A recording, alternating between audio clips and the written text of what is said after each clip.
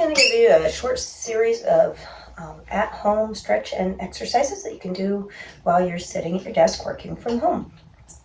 First one we're going to do is called a chin tuck. So with the chin tuck, it's a really simple movement. Nobody finds it flattering. We're basically going to tuck your chin, make a double chin by spotting something straight ahead and drawing your head back. So from the side it looks like this.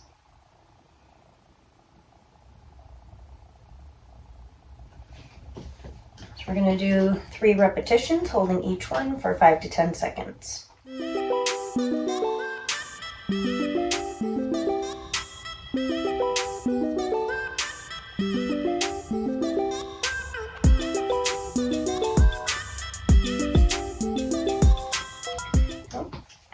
Next, we're going to do a series of neck stretches.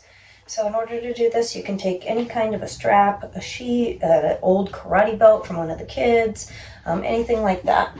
You want to make sure that you're not hurting your shoulder by holding this behind your back, so you may find it more comfortable to sit on the strap. And all we're trying to do here is just hold the shoulder down so that all the muscles that attach here at the neck have a stable base there. So we're going to hold down here, we're going to bend straight to the side.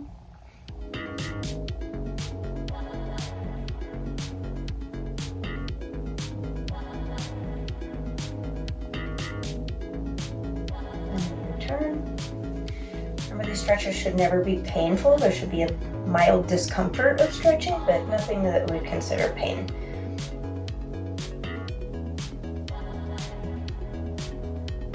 Make sure as you're doing these that you're not letting your chin drop forward like this. You want to kind of keep your head in a neutral position so the chin's not tipped up or down.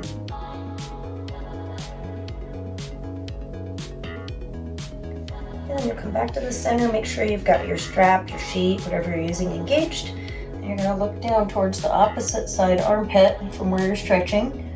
And then you're going to go to the side and forward. You should feel this stretch a little bit more towards the back of your neck.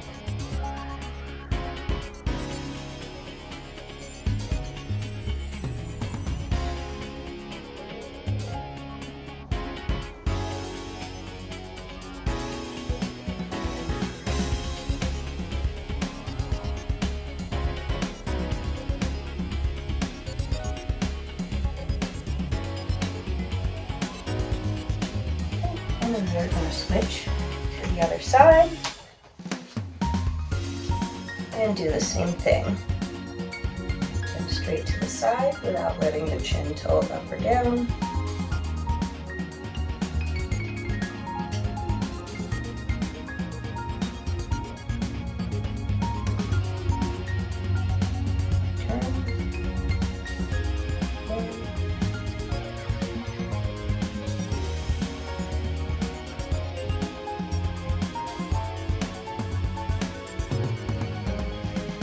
And then turn, look towards the opposite armpit.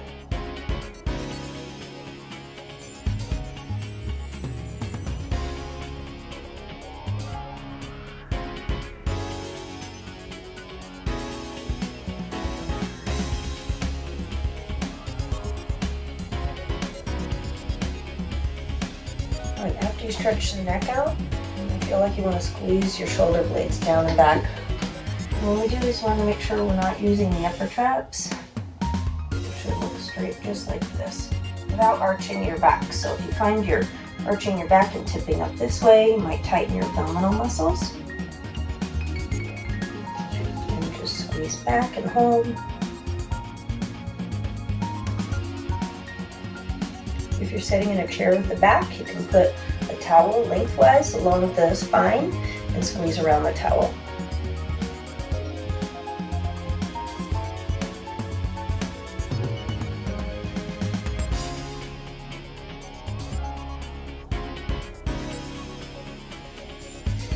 Great. After we do that, here we're going to give our shoulders and neck a break for a second. I'm going to have you give yourself a hug like so, and just twist your body. Now, if you're in a chair that's on a swivel, you can also twist the chair so that you twist at the bottom.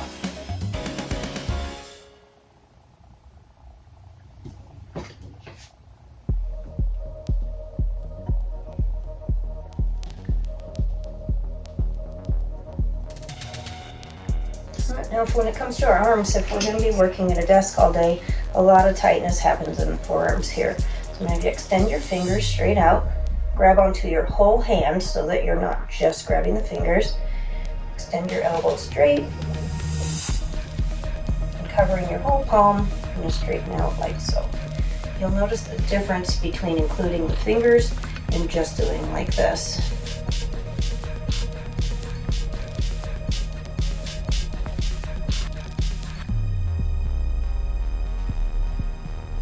And then you'll release there, flip your hand over so it's palm down. You're gonna make a fist with your hand. Keep the elbow straight and bend this way.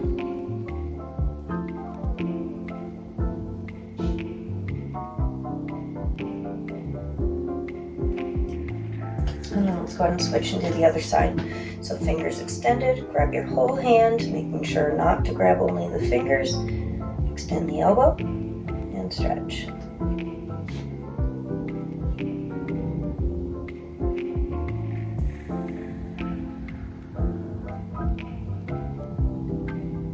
Okay, release there. Make your hand into a fist, straighten the elbow, and pull down.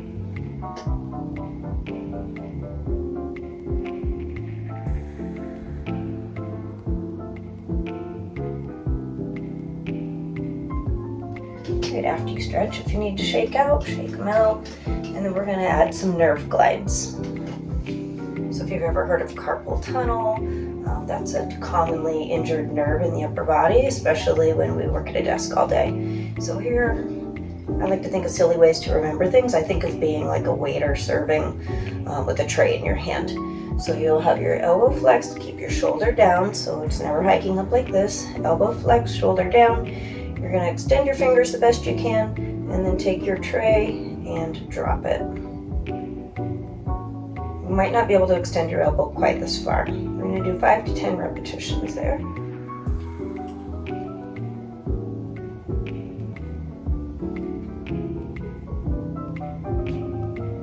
And just checking in with yourself on your shoulder every so often to make sure that you're not letting it hike up into your ear. So that gets one of the 3 major nerves of the arm. Next, if you remember being a kid and doing goofy glasses like this, that is the direction we're going to go for what's called the ulnar nerve. And again, remember, I've been doing these for years. Your mobility may not be the same as mine. It may be more, it may be less. So just remember, this is the direction you're going to go.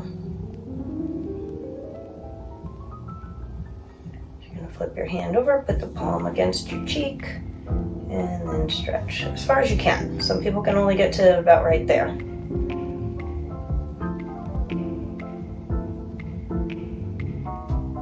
And then for the last upper body nerve, we're going to do what's called the radial nerve. And I think of this as feeding your dog at the dinner table. So you're going to make a fist with your hand, tuck your thumb in, rotate your arm back and out like you're sneaking your dog food at the table. Keeping the shoulder down.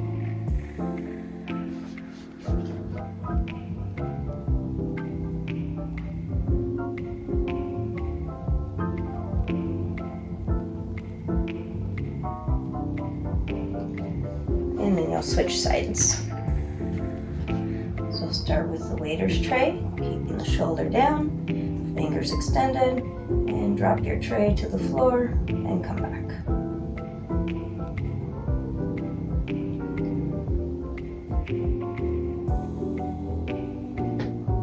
Check in with that shoulder every so often. You should feel a stretch along that whole front side of your arm here, maybe into your hand. Remember, less is more when you're first starting out until you know how your body responds. Okay. We're going to switch to the ulnar nerve. So now we're palm up. You're going to go towards making your goofy glasses.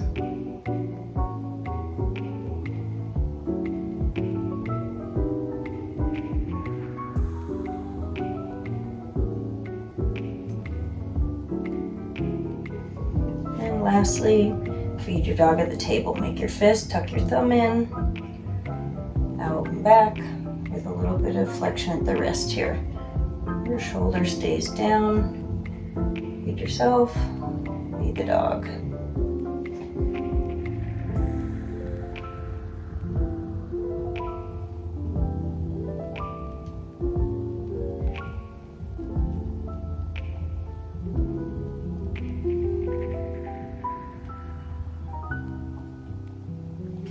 And the last stretch that we're going to do here, seated, is going to be for what's called the piriformis muscle.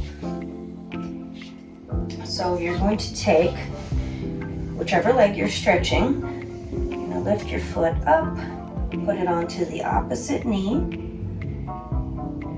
keeping your back nice and straight, and hinge forward at the hip until you feel it stretch in the hip of the bent side. And make sure that we don't round our shoulders this way. You'll feel a lot more stretch if you stay up straight. If you have a hard time getting this leg up onto the opposite leg, you can extend this bottom knee out a little bit so it's a little bit lower.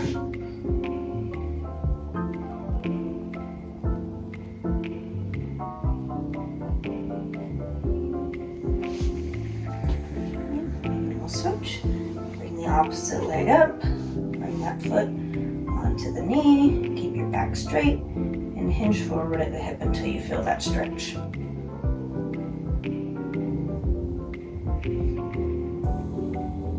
If you tend to have a hard time getting your socks and shoes on, this is a great stretch for that.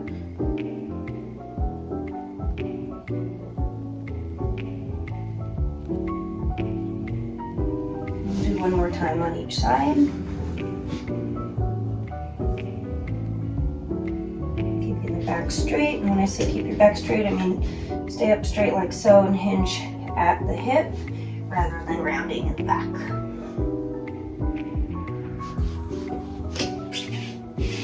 Last one, switch.